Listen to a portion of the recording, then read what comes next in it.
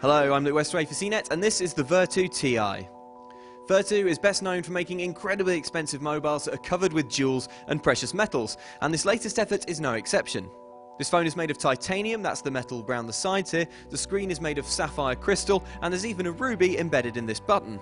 So if you look, it's the biggest sapphire screen in a smartphone, probably in the world. Then you look at the materials on the casing, which is titanium grade 5, which gives not only the strength but also the optimal weight. Then you have stereo speakers, which is in collaboration with B&O, so I think we have achieved probably the best sound on a device. As if that's not enough, there's a lot of gold as well, or at least there is on this phone I'm holding, because the Ti comes in lots of different versions. There's a more demure plain black option if you prefer, or an alligator skin version, ethically sourced I'm told.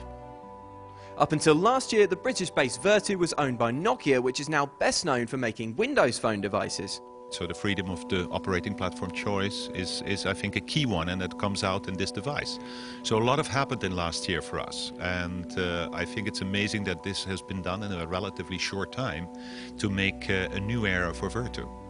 And the second element, we believe, is also the customization that we were able to do on Android. The Ti is powered by Android 4.0 Ice Cream Sandwich. That's not the very latest version of Android, but to make up for it, Vertu's loaded some of its own apps, including a concierge service that lets you do things like book accommodation or travel, or something more elaborate. Last time we had quite an interesting request. Actually, it was a happy birthday with a banner with a plane going over the birthday party. We had a request for asking for marriage that we had to organize. So that goes for that request, but also the concierge, of course, which is mainly used is you're away from home, that you're actually asking questions of where should I go, which hotel, I'm in Beijing, I don't know my way around, where can I have the best Peking duck? So those are the regular requests, I would say. There's also something called Vertu Life, which offers you things like exclusive event invitations, and something called Vertu Certainty, which is a cloud backup service for the phone. Elsewhere, you get a 3.7-inch display, a 1.7 GHz dual-core processor. That's not shoddy technology by any means, and the phone certainly feels very slick and fast to use. It's hardly cutting edge, however, so on the off chance you can afford this phone, what you're paying for is the materials and the bragging rights when you show it off to your friends.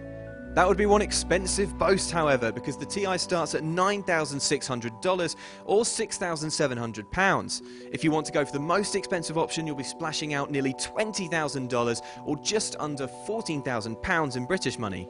And you thought the iPhone was expensive. Would you ever consider paying that much for a phone? What's the most expensive gadget you've ever bought? Let me know in the comments. I'm Luke Westray for CNET, and this is the Vertu Ti.